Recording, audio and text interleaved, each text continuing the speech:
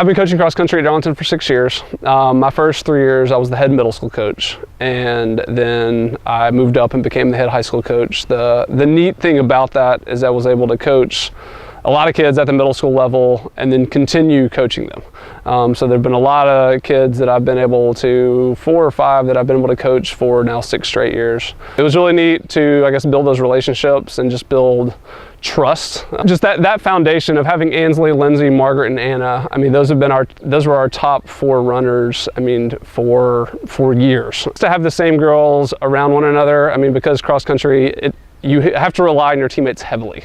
And I guess also me knowing those girls very well and they also knowing each other very well, I think that just really helped them to believe in one another, to rely on one another, and just have faith that if you maybe didn't have the best day, you know somebody else had your back. There was a lot of adversity as far as sickness and injury goes. We never really had everybody out there. We knew that if we could get everybody out there, we had a great shot at doing really well as far as winning a state championship. But I guess the main doubt that I had and the girls had, we were just frustrated. Are we ever going to get everybody healthy at the same time? The region meet, which was here at Darlington, was the first time we'd ever had our top 7 girls all healthy at the same time. Ansley, Lindsay, Joy, Bethany, Anna, Margaret, and Remy. It was a fun day winning the region championship. It was the girls' 5th consecutive region championship. But really, I guess it was more of kind of a mental training session for state. I mean, it was just an attempt to get mentally ready for the state race, which we knew was going to be significantly tougher.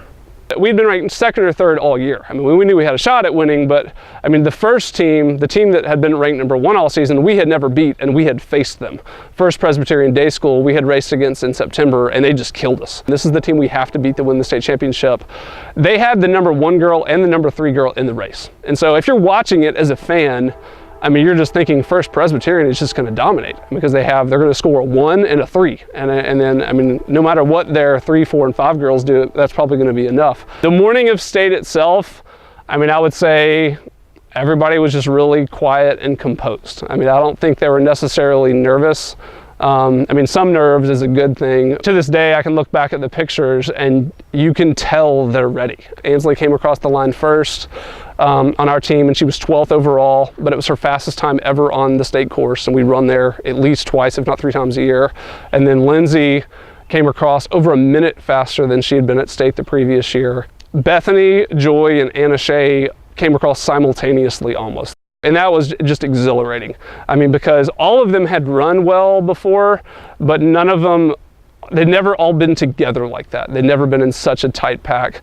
And I mean, at that point, I knew we had won. Well, we had some boarding students on the team that had never run a step before in their life and came to cross country practice. And the first day they ran 5 minutes, and the second day they ran 7 minutes. And by the end of the season, they could finally finish a 5K. But I mean, they were the biggest cheerleaders at the state meet. I mean, you look at the pictures, I mean, you see people like Meg Aladzova and Carmela Bain, I mean, standing on the podium and jumping up and down. And I mean, it meant a lot to them too. We talk about PRs all the time. And whenever, I mean, everybody's personal record, everybody's trying to run a PR, but not at state. I mean, that's not a realistic goal because the state course is so tough and it was 30 degrees. And so nobody was even thinking about running a PR. All they wanted was the state championship. But for someone to run a PR, which is what Anna Shea did in her final race of her career, was pretty incredible. And I mean, that's what did it. I mean, if she hadn't done that, we wouldn't have won state championship.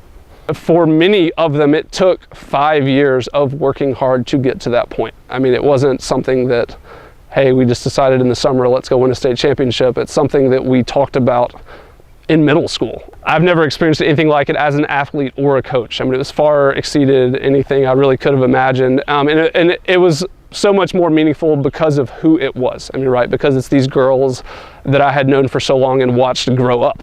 My name is Alan Parrish. I'm the girls' head cross-country coach, and this is Darlington story number 70.